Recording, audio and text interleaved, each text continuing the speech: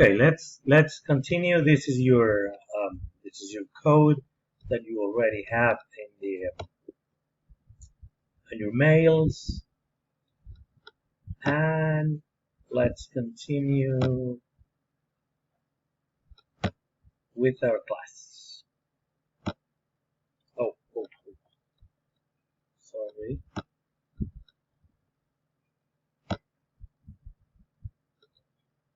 Okay.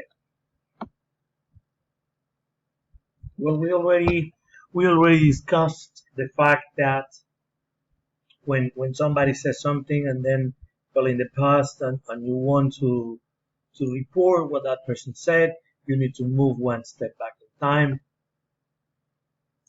Now these are the tenses over here.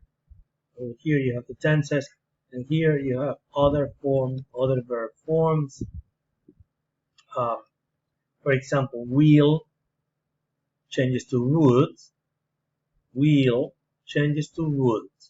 That means if I say, as a teacher, I say, I will explain that next class. The next class you can say, teacher, you said you would explain that today, right? You said you would explain that today. If you as a student tell me, okay, teacher, I will send the homework tomorrow, and eventually you don't, I say, well, you said you would send it the next day, you would send it tomorrow, depending on when I report the speech.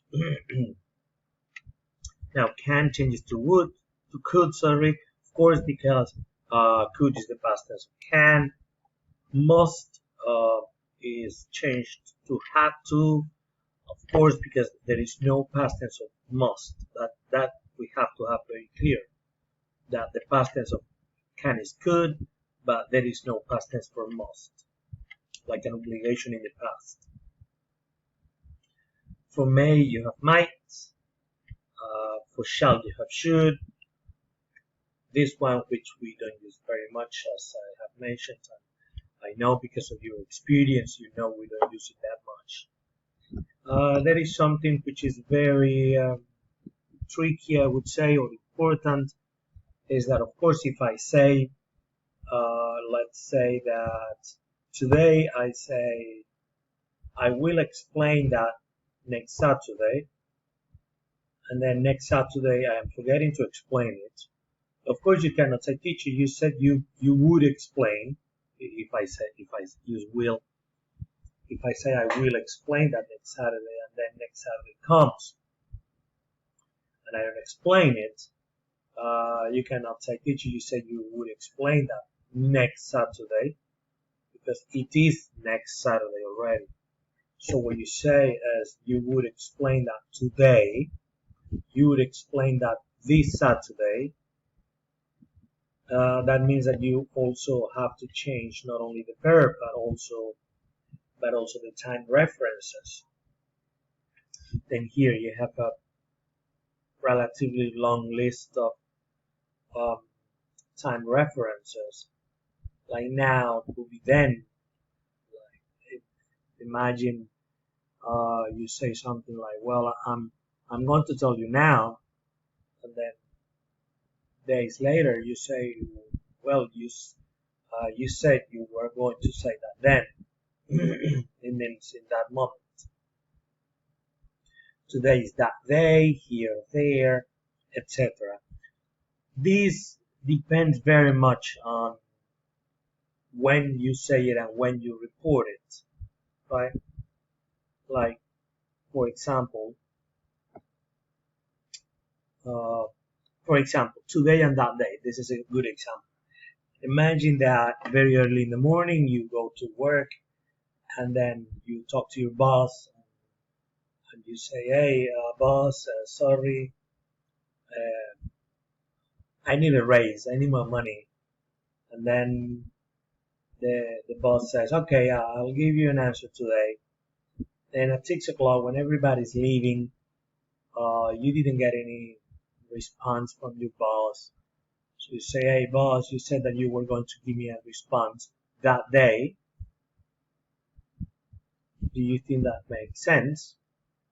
Like, remember, at 8 o'clock in the morning, I asked my boss, hey boss, I need a raise, and then the boss says, yeah, okay, I'll give you a response today. Then at the end of the day, can I say, hey boss, you said you were going to give me an answer that day because it's in that speech? No. Why not? Right, because today is still today, right? Today is still today, right? It's still the same day. What about this week and that week? Same story. Like if I say, okay, I'll give you an answer this week, and then the next day I tell you on Monday, and then on Tuesday you ask me again, I cannot say that week because it's the same week. But if we don't have time reference, this is what we do, okay?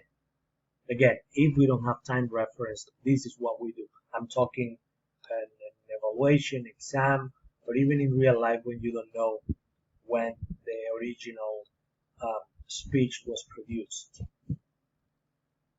Okay, please listen to this one. Again, I strongly recommend you listen twice, especially for those students for whom this is a new topic. Okay, thank you.